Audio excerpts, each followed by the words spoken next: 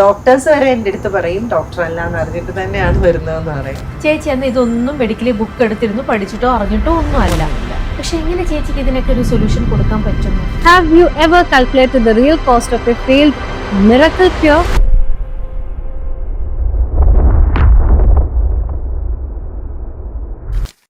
Hello everyone, this is Chandni and welcome back to the Unmasked Indian. For new subscribers, this is Unmasked Indian where we expose scams and some realities.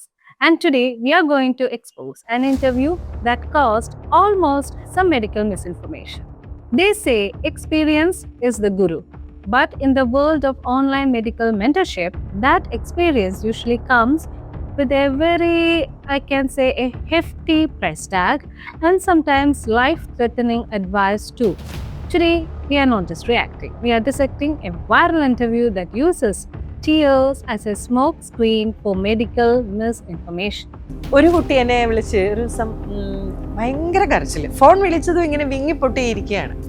So, we are classifying this as a real versus record breakdown of why the middle class remains the primary target of this predatory industry. Let's unmask the facts. She starts by establishing a mother figure dynamic. നമ്മൾ പറഞ്ഞു കൊടുത്ത് ഒരു teaching, ഒരു ചേച്ചിയെ പോലെ, ഒരു അമ്മയെ പോലെ, ഒരു മെന്ററിനെ പോലെ അവരുടെ കൂടെ നിന്ന് അവരെ ഒരുക്കി അങ്ങ് കൊടുക്കുക ചെയ്യുന്നത്. Why? Because questioning a mother feels uncomfortable to us. It's a classic emotional trap. By the time she gets to the cure, you are already emotionally invested. Emotion first, evidence later. That is the formula. അപ്പം എനിക്കത് കണ്ടപ്പോൾ ഭയങ്കര സങ്കടം തോന്നി.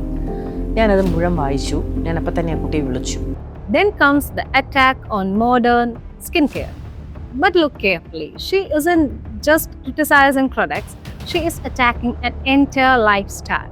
The lifestyle that millions of middle-class families work day and night to afford.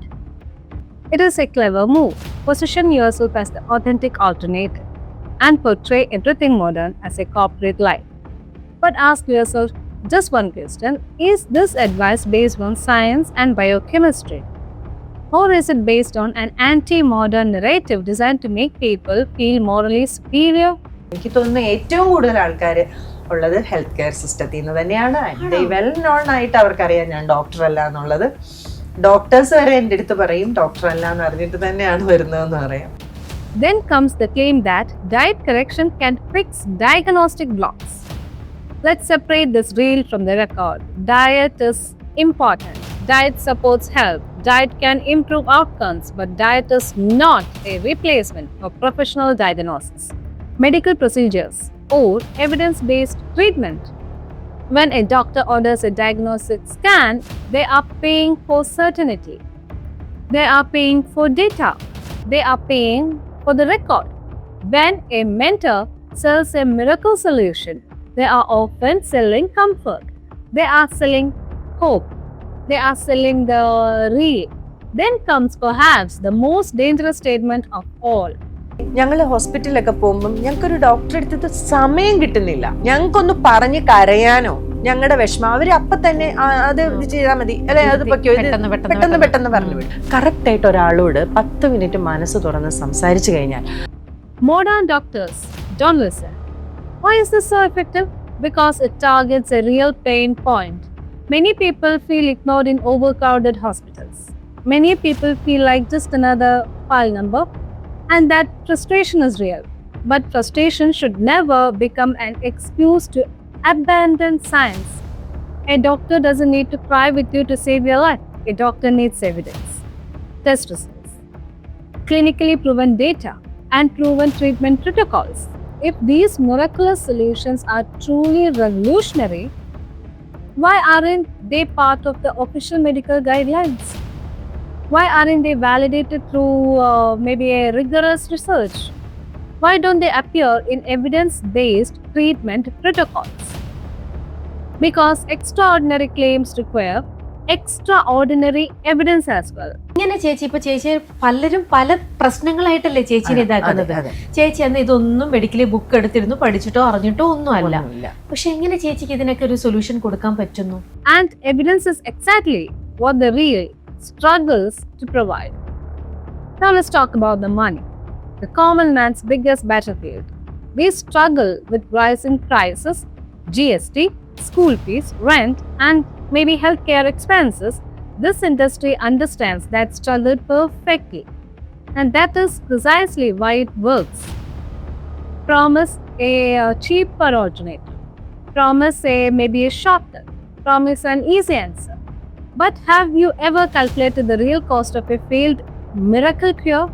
The delayed treatment, the hospitalization, the complications, the emotional trauma, the financial damage. What looked cheaper in the beginning often becomes far more expensive in the end.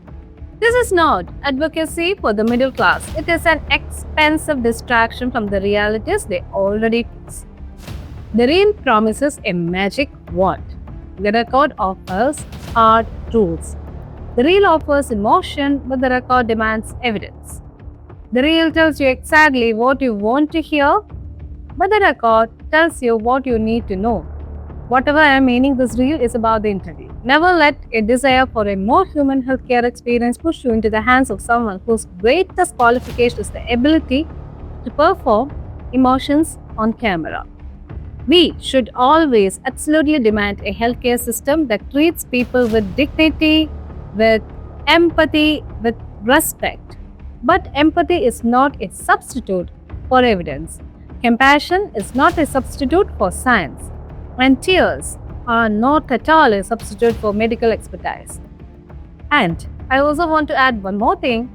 If you are interviewing someone and if you want, or if your solutions or if their answers doesn't even match to a common ideology, we should always ask them back, why is this so? Is this evidence backed or is there something else?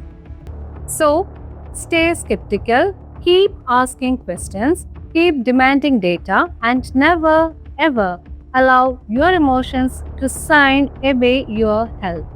We'll see you for the next one.